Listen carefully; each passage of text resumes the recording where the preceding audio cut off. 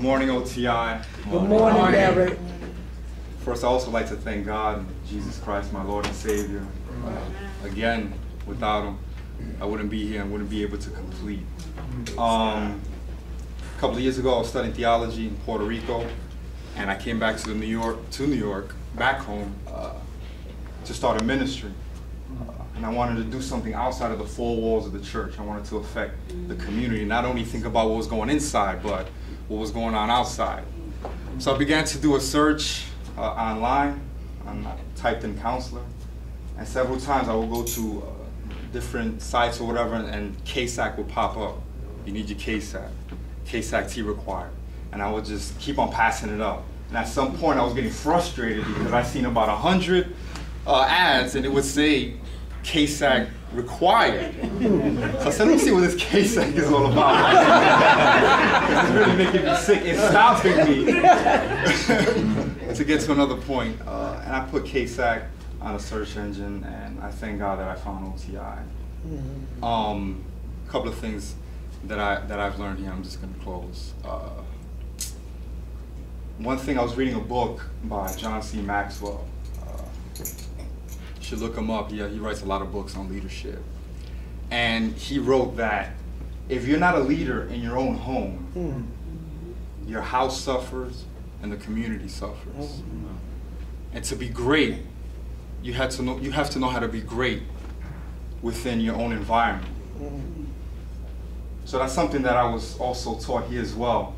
We have to look from within and also take care of those who are around us. So I think the best place to start as a counselor is at your house. Because if you are a counselor at home, and beyond that, if you're loving at home, then your home is going to be all right, and the community is going to be good, and you're going to be great.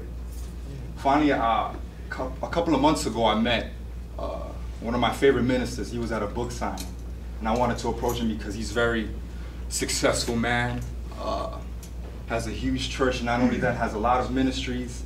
He wants to end world hunger. He has a lot of dreams and ambitions, and is somebody that I admire as a person here on this earth. And I had the opportunity to meet him. And me and my friends, we bought several books so that we could talk to him for a while, because you know they sign it. They say see you later. But it's interesting. I just purchased one book, and he was willing to give the time for me to speak to him. And he told me 3 things. And I want to share with you as well. He told me, when I asked him, I said, listen, how can I live to my God-given potential? And he told me 3 things. He said, never compare yourself. Never compare yourself to anybody. You might admire a lot of people, but you can never be that person. You are who you are. And you're a beautiful individual. He said, never compare yourself to nobody, no matter what. And the second thing he told me was, never give up. Whatever it is that's ordained for you, just keep on going with it. If that's for you, then take it, it's yours. And the last thing he said was never stop learning. And that's one thing I learned here in this classroom, and something that I was reassured. Just never stop learning. Caring for people, loving people, that's a learning process. That's a daily thing. It's not something that today, okay, I love people, and then tomorrow you're gonna meet somebody that might frustrate you, then what? It's a daily process. So once again, never compare yourself, never give up, and never stop learning.